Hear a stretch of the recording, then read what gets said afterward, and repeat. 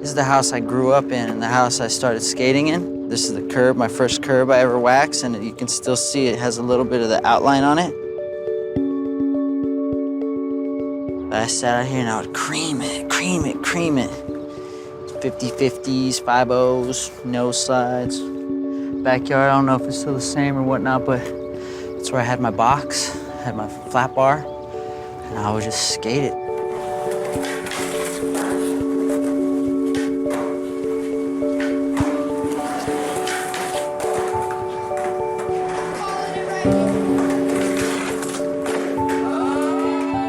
Today we're just cruising the neighborhood that I grew up in, going to all the spots that I grew up skateboarding, and just kind of taking a walk down memory lane. It's just like yesterday. I can't believe it's been so long. This spot, probably more than any other spot, is responsible and contributed the most to my skateboarding abilities. I used to just trick down, roll around, come up, trick down, roll around, walk up. I had this like pattern of the way I would do it every trick. Trick, go around that pole right there, swing around, walk up this curb, come up here, right hand, walk up, go back, come back, and I would skate here every single day.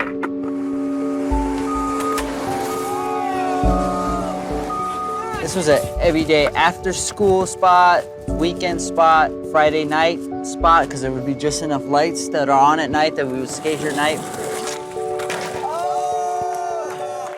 Within Albertson's, it's like at the time there was 3 spots, you know. There was this, the loading dock, which was the centerpiece, and then there was the Chew Stair, and then there's the Las Hadas bump, which is basically like a little bank to curb, where I did like my first blunt to fakie. The Las Hadas bank to curb, man, it's exactly the same. It hasn't changed at all. It's weird because when you blunt to fakie, it was like I had to like blunt and like land crooked, like and weasel my way down, you know.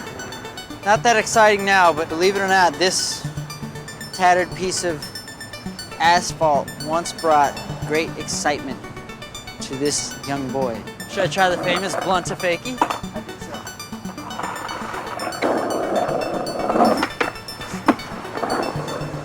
I just stepped it up. Yeah, I just came to Las Hadas and just owned it. I just owned Las Hadas. Over here there's a gap that we used to skate that was pretty cool. But this gap is no longer skatable. It's been barred up. It's not even here anymore. Like they didn't just bar it up, it's gone. This used to be a curb that ended here, and then it came up to a little bit of a higher curb here, like a curb on top of that curb. So it was a long, flat gap. And now it's not even here at all.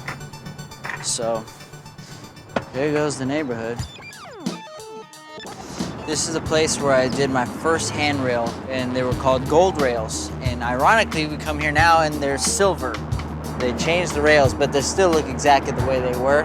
The second one from the left was the first board side and crooked grind I ever did on a rail. And then later on, it became my first rail I ever nollie nose slid and nollie crooked grinded. I was 14. I started skating rails late because they scared me.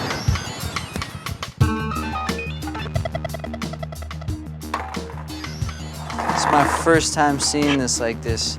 I wonder when they did it. It's still pretty new, the chain looks new. It's pretty depressing. The last trick I filmed here was the nollie crook front foot flip out. But I filmed many things. I had a plan B ad, switch flip back tail, switch backside flip. I had a switch backside 5-0, switch heel flip out. You see spots get, you know, stopped up all the time, but this one just is a little more sentimental because this ledge has literally been a part of my entire skateboarding life from the very beginning till present day. And now I'll probably never come back here again, which is weird. Well, that's pretty much it. That's pretty much the spots I grew up skating. I always like to come back and check them out every so often and bring back that nostalgia, bring back that magical feeling I had when I was like, 12, 13. It's a bummer that a couple of them are gone. It's just crazy to me when I come back to places like this, it makes me realize how far I've come, and it's so weird. It just started behind like behind a supermarket. So, all right, I'm gonna get back to skating.